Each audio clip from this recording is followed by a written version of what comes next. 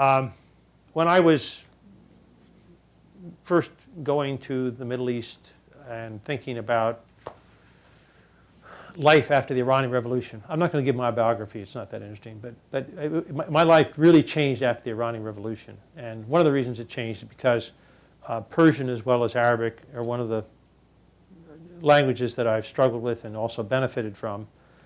And so because of my engagement with Persian, many people thought after the Iranian Revolution that I could be an expert on why it happened and even more what we should do after it. So I got called on to go all kinds of places, and some I said yes to and took up. At one point I found myself in Amman, Jordan, and I was supposed to do an event and it got delayed. And the guy who was in charge of it said, you know what, let's just take this as an opportunity. Let's just have a night out together. And I said, what do you want to do with me? He said, well, I spend my day as a radio commentator, but at night I'm a translator. I said, oh, what do you translate? He said, the Quran. I said, the Quran? That's a real tough task. He said, yeah. He said, I've been working on this for about 16 years, and I'm only through the second surah. Now, there are 114. Actually, if you get through the second surah, it's not bad, because it's a real long one. It's really, really long. But, 16 years, you start to parse out in terms of a person's life, and he was already 55 at that time. I thought, wow, he's not going to make it. But he said, you know what, it really doesn't matter.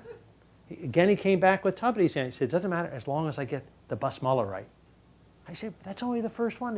It comes up, by the way. The basmala, Bismillah ar-Rahman ar-Rahim, comes up 113 times at the beginning of chapters of the Quran. There's one that skips and a lot of stories about why, but it doesn't really matter, at least in this context. What matters is every single chapter of this divine book starts out with the same phrase, Bismillah ar-Rahman ar-Rahim.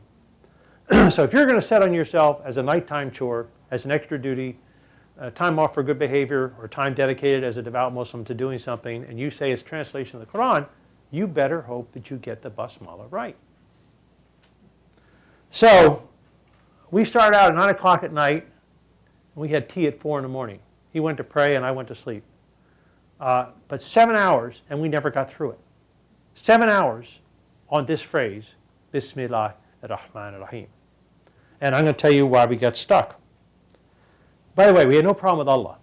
I mean, everyone has problems. Oh no, Allah has problems with us. No, but when we got thinking about Allah, we said, all right, forget this business about Allah as an Arabic name for God, and God is something else in English, or let's do the Jewish way, G-D.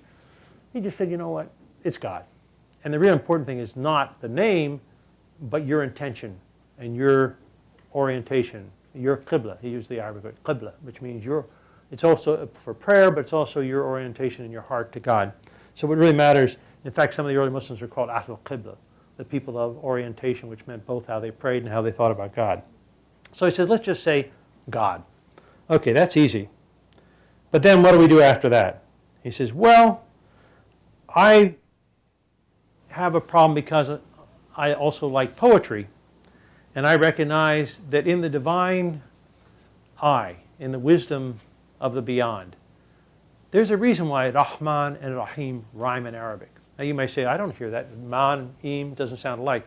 Except even if you don't know Arabic, you can hear the Rahman, Rahim. You can, can't you? Rah. And it's not there's not a basketball game or football game. Rah. But it does have elements of rah, of saying, I want to get it there, I want to be right. So it comes actually, Rah, Ha, Mim comes and it stems from a noun, and that noun means womb.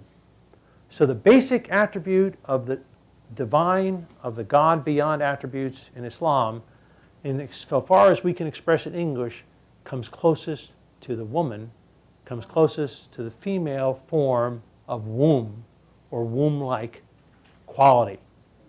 And how do you register that in English? What is Rahman, womb-like one way, Rahim, womb-like and woman-like another way? So we talked about that. And he said, well, he says, I think when you really get done with it, you have to say it's better to have, in the name of God, the compassion, the compassionate. I said, the compassion, the compassionate. In other words, one is a noun and one is an adjective. One is a statement, the other is a qualifier. I said, but both of them in Arabic, Rahman, Rahim, are qualifiers, are adjectival. Neither one is nominal. He said, but you can't make the two rhyme.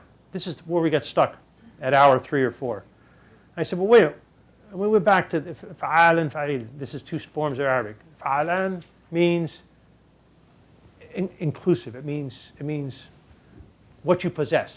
It's sort of like ownership. Ownership, maybe it would be fa'alan. Ownership, and fa'il is expressiveness. I own it, I give it. I got it, I share it.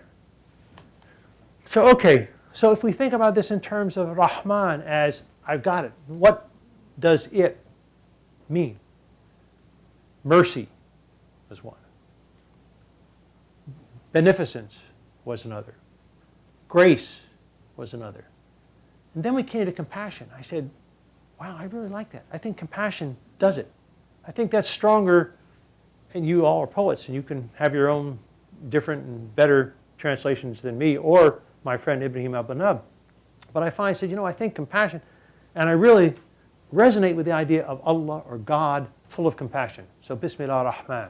And Rahman, by the way, comes up as a separate, Rahim never does, but Rahman comes up as a separate title for one of the very important, most beautiful chapters in the whole of the Quran, Surah Ar-Rahman, بِأَيِّ آلَاءِ رَبِّكُمَا تُكَذِّبَانِ, which is the echo rhyme that's not a rhyme in that particular surah of the Quran. So Rahman is very, very powerful, and you want to give it that power. So to me, full of compassion expresses this ownership or this possession that is the first attribute that's mentioned in the Holy Quran of Allah or God. And then Rahim becomes what you do with it. If you got it, how do you get rid of it? Or how do you dispense it? So, and you're always dispensing it. There's not a dead end to it. It's not limited. It's not a quota system. So I finally said, you know what I think this is? I think this Rahim is always compassionate. But then he didn't like that. So how about ever compassionate? I said, I think I like that. So I came out with that. At the end of the whole thing, this is the end of my book also. In the name of God, full of compassion, ever compassionate. Bismillah ar-Rahman ar-Rahim. And I got home, and he said to me, he says, I thought about it all. And he said, I think you're right. He said, in the name of God, full of mercy, ever merciful.